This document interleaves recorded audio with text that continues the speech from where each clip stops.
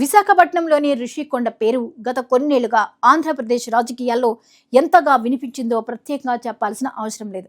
ఒకప్పుడు సముద్ర తీర సౌందర్యానికి, పర్యాటక ఆకర్షణకు గుర్తుగా నిలిచిన ఈ ప్రాంతం గత ప్రభుత్వ హయాంలో భారీ నిర్మాణాలతో దేశవ్యాప్తంగా చర్చనీయాంశంగా మారింది. కొండపై నిర్మించిన విలాసవంతమైన భవనాలు పూర్తవుతున్న కొద్దీ రాజకీయ ఆరోపణలు, ప్రత్యారోపణలు కూడా అదే స్థాయిలో పెరిగాయి. అవి ప్రభుత్వ అవసరాల కోసమా లేక ప్రత్యేక వ్యక్తుల వినియోగం కోసమా అనే చర్చ చాలా కాలం కొనసాగింది. ప్రభుత్వం మారిన తర్వాత కూడా ఈ వివాదం ఆగలేదు. ఇప్పుడు ఆ భవనాల భవిష్యత్తుపై కూటమి ప్రభుత్వం కీలక నిర్ణయం తీసుకునే దశకు చేరుకోవడంతో మరోసారి ఋషికొండ రాష్ట్ర రాజకీయాల్లో ప్రధాన చర్చగా మారింది. గత ప్రభుత్వ హయాంలో ఋషికొండపై నిర్మించిన ఈ భవనాలను అప్పటి ప్రభుత్వం అధికారిక అవసరాల కోసమే నిర్మిస్తున్నామని చెప్పింది. అయితే ప్రతిపక్షంలో ఉన్న టీడీపీ, జనసేన మాత్రం అవి అప్పటి ముఖ్యమంత్రి వైఎస్ జగన్మోహన్ రెడ్డి విశాఖలో నివసించేందుకు నిర్మించిన విలాసవంతమైన భవనాలని తీవ్ర విమర్శలు చేశాయి.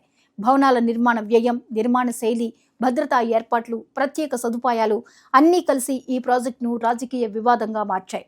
ఎన్నికల ప్రచారంలో కూడా ఋషికొండ అంశం కీలక ఆయుధంగా మారింది. కూటమి ప్రభుత్వం అధికారంలోకి వచ్చిన తర్వాత అందరి దృష్టి ఒక ప్రశ్నపైనే నిలిచింది. ఇంత భారీగా నిర్మించిన ఈ భవనాలను ఇప్పుడు ఏం చేస్తారు? వాటిని కూల్చేస్తారా? ప్రభుత్వ కార్యాలయాలుగా మారుస్తారా? లేక ప్రజలకు ఉపయోగపడేలా వినియోగిస్తారా అనే అనేక ప్రశ్నలు వినిపించాయి.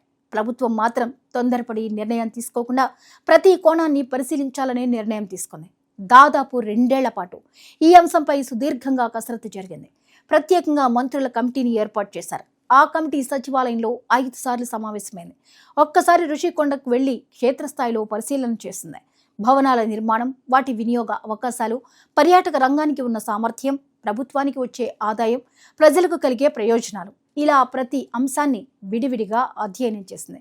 ముఖ్యమంత్రి చంద్రబాబు నాయుడు స్వయంగా ఋషికొండను సందర్శించారు. ఉప ముఖ్యమంత్రి పవన్ కళ్యాణ్ కూడా అక్కడి పరిస్థితులను పరిశీలించారు. పలువురు మంత్రులు, ఉన్నతాధికారులు, పర్యాటక రంగ నిపుణులు, స్థానిక ప్రజలు, వ్యాపారవేత్తలు, స్టేక్ హోల్డర్ల అభిప్రాయాలను సేకరించారు. ప్రభుత్వం ఏ నిర్ణయం తీసుకున్నా అది దీర్ఘకాలిక ప్రయోజనం కలిగించేలా ఉండాలని భావించింది.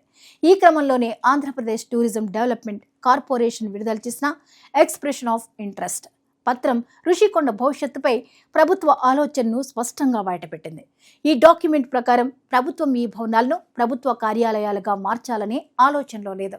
అలాగే అధికారుల నివాసాలుగా కూడా ఉపయోగించాలనే ఉద్దేశం కనిపించడం లేదు. వీటిని అంతర్జాతీయ ప్రమాణాలతో కూడిన హాస్పిటాలిటీ, టూరిజం ప్రాజెక్టుగా అభివృద్ధి చేయాలనే దిశగా ప్రభుత్వం ముందుకు వెళ్తోంది. ప్రస్తుతం నిర్మించిన 5 ప్రధాన బ్లాకులను ప్రపంచ స్థాయి హోటల్ లేదా లగ్జరీ రిసార్ట్గా అభివృద్ధి చేసే అవకాశాన్ని ప్రభుత్వం పరిశీలిస్తోంది. ఇందుకోసం ప్రైవేట్ రంగ భాగస్వామ్యాన్ని ఆహ్వానిస్తోంది. లీజ్, ఆపరేషన్ అండ్ మెయింటెనెన్స్ విధానంలో అనుభవం ఉన్న హోటల్ సంస్థలు, అంతర్జాతీయ హాస్పిటాలిటీ గ్రూపులు, ప్రముఖ రిసార్ట్ డెవలపర్లు ఈ ప్రాజెక్టుల్లో భాగస్వాములు కావడానికి ఆసక్తి చూపవచ్చని ప్రభుత్వం భావిస్తోంది. కేవలం భవనాల నిర్వహణ మాత్రమే కాదు, వాటిని మార్కెటింగ్ చేయడం, అంతర్జాతీయ పర్యాటకులను ఆకర్షించడం, కొత్త సేవలను అభివృద్ధి చేయడం, అవసరమైతే అదనపు నిర్మాణాలు చేపట్టడం వంటి బాధ్యతలు కూడా ప్రైవేట్ సంస్థలకు అప్పగించే అవకాశాన్ని ప్రభుత్వం పరిశీలిస్తోంది. ఋషికొండ ప్రాజెక్టులో మరో కీలక అంశం విస్తరణ. ప్రస్తుతం కొండపై ఉన్న దాదాపు 9.8 ఎకరాల భవన సముదాయంతో పాటు కొండ దిగువన ఉన్న మరో 9 ఎకరాల భూమిని కూడా ఈ ప్రాజెక్టులో భాగం చేయాలని ప్రభుత్వం యోచిస్తోంది. ఈ ప్రాంతంలో కొత్త రిసార్ట్లు, కన్వెన్షన్ సెంటర్లు, వినోద కేంద్రాలు, ప్రకృతి ఆధారిత పర్యాటక సదుపాయాలు, అంతర్జాతీయ ప్రమాణాల అతిథి గృహాలు నిర్మించే అవకాశాలను పరిశీలిస్తోంది. అయితే ప్రభుత్వం ఒక విషయం మాత్రం స్పష్టంగా పేర్కొంది. ఈ నిర్మాణాలన్నీ తీర ప్రాంత నియంత్రణ నిబంధనలు, పర్యావరణ చట్టాలు, స్థానిక అభివృద్ధి ప్రణాళికలు, ఇతర చట్టబద్ధ అనుమతులకు పూర్తిగా లోబడి ఉండాలని స్పష్టం చేసింది. అంటే అభివృద్ధి పేరుతో మరోసారి వివాదాలకు అవకాశం లేకుండా ముందుగానే జాగ్రత్తలు తీసుకోవాలని ప్రభుత్వం చూస్తోంది. తాజా ప్రతిపాదనలో అత్యంత ముఖ్యమైన అంశం ప్రజలకు అందుబాటు. గతంలో ఈ భవనాలు పూర్తిగా ప్రభుత్వ వినియోగానికే పరిమితమవుతాయా అనే సందేహాలు వ్యక్తమయ్యాయి. ఇప్పుడు ప్రభుత్వం ఆ సందేహాలకు తెరదించాలనే ప్రయత్నం చేస్తోంది. వ్యూయింగ్ డెక్స్, సముద్ర తీరాన్ని వీక్షించే ప్రత్యేక ప్రాంతాలు, నడక మార్గాలు, ఓపెన్ స్పేస్లు, సాంస్కృతిక కార్యక్రమాల వేదికలు, కుటుంబాలతో వచ్చే పర్యాటకుల కోసం ప్రత్యేక సదుపాయాలు తప్పనిసరిగా ఉండాలని సూచించింది. దీంతో ఈ ప్రాంతం కేవలం ధనికులు బస చేసే హోటల్లా కాకుండా సాధారణ ప్రజలు కూడా సందర్శించగల పర్యాటక కేంద్రంగా అభివృద్ధి చెందే అవకాశం కనిపిస్తోంది. విశాఖకు వచ్చే దేశీయ, విదేశీయ పర్యాటకులకు ఇది మరో ప్రత్యేక ఆకర్షణగా మారే అవకాశాలున్నాయి. ప్రస్తుతం ఉన్న నిర్మాణాలతో పాటు 2 ఖాళీ ప్రదేశాల్లో కొత్త భవనాలు నిర్మించేందుకు కూడా అవకాశం కల్పించనుంది. సుమారు 2400 చదరపు మీటర్ల విస్తీర్ణంలో G+1 తరహా అదనపు నిర్మాణాలు చేపట్టే అవకాశాన్ని ప్రభుత్వం పరిశీలిస్తోంది. ఇందులో రెస్టారెంట్లు, కాన్ఫరెన్స్ హాళ్లు, వెల్నెస్ సెంటర్లు, వినోద కేంద్రాలు, ఇతర పర్యాటక సదుపాయాలు ఏర్పాటు చేసే అవకాశం ఉంది. రుషికొండ భవనాలపై గత కొన్నేళ్లుగా సాగిన రాజకీయ వివాదం ఇప్పుడు ఆర్థిక కోణంలోకి మారుతోంది. కోట్ల రూపాయల ప్రజాధనంతో నిర్మించిన ఈ ఆస్తులను ఖాళీగా ఉంచితే నిర్వహణ ఖర్చు మాత్రమే పెరుగుతుందని ప్రభుత్వం భావిస్తోంది. అందుకే ఈ భవనాలను ప్రభుత్వానికి నిరంతర ఆదాయం వచ్చే ఆస్తులుగా మార్చాలని లక్ష్యంగా పెట్టుకుంది.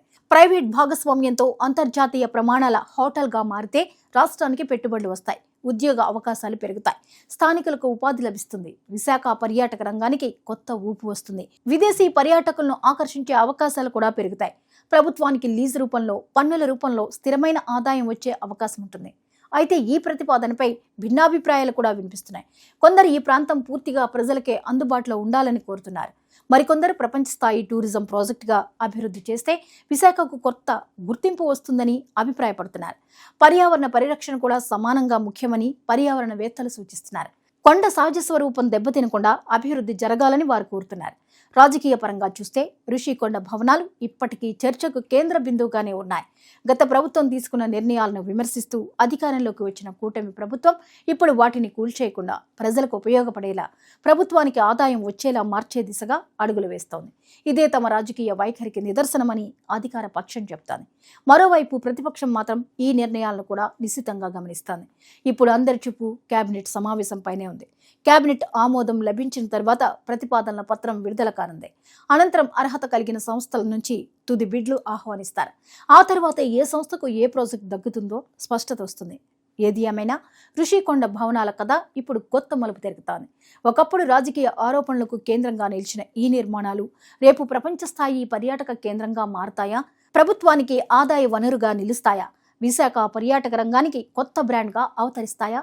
లేక మరోసారి రాజకీయ వివాదాలకు వేదికవుతాయా అనే ప్రశ్నలకు సమాధానం రాబోయే ప్రభుత్వ నిర్ణయాలు, అమలు తీరు, ప్రాజెక్టు విజయంపైనే ఆధారపడి ఉంది. అయితే ఒక విషయం మాత్రం స్పష్టం. ఎన్నో వివాదాల నడుమ నిలిచిన రుషికొండ భవనాల భవితవ్యానికి ఇప్పుడు తుది అధ్యాయం ప్రారంభమవుతోంది.